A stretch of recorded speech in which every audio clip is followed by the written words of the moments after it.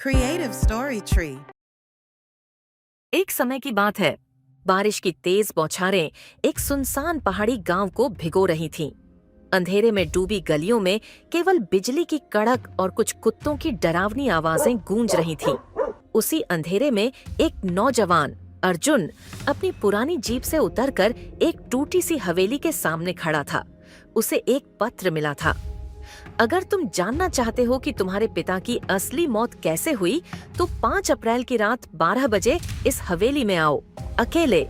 घड़ी में ठीक 12 बज रहे थे। अर्जुन ने कांपते हाथों से दरवाजा खोला। दरवाजा खुद ब खुद छीं छीं करता खुला और एक ठंडी हवा का झोंका उसे भीतर खींच ले गया। हवेली के अंदर सब कुछ धूल और सन्नाटे में डूबा था। अर्जुन ने टॉर्च ऑन की। सामने की दीवार पर किसी ने खून से लिखा था, सच बहुत कड़वा होता है। उसे एक धीमी आवाज सुनाई दी, जैसे कोई फर्श पर घिसटते हुए चल रहा हो।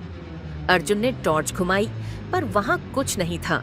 तभी एक खिड़की अपने आप खुली और बाहर की बिजली की चमक में अर्जुन को एक परछाई दिखी, काली, लंबी और एकदम स्थिर। कौन है? अर्जुन कांपती आवाज में बोला। जवाब में सिर्फ एक फुसफुसाहट आई, तुम्हारे पिता की हत्या एक हादसा नहीं थी। अर्जुन ने डरते डरते एक कमरे का दरवाजा खोला।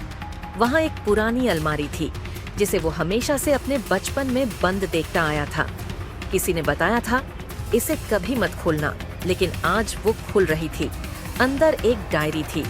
जैसे ही अर्जुन ने पहला पन्ना खोला, एक जोरदार धमाका हुआ और हवेली की सारी बत्तियां जल उठीं।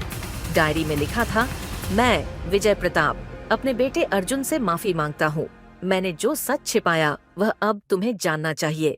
अर्जुन की आंखें फटी की फटी रह गईं।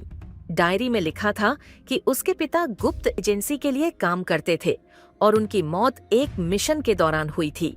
लेकिन असली झटका उसे तब लगा जब आखिरी पन्ने पर लिखा था, अगर तुम ये पढ़ रहे हो तो जान लो कि अब तुम्हारी बारी है। दरवाजा अचानक बंद हो गया। हवेली में फिर अंधेरा छा गया। कहानी अभी बाकी है। Creative Story Tree.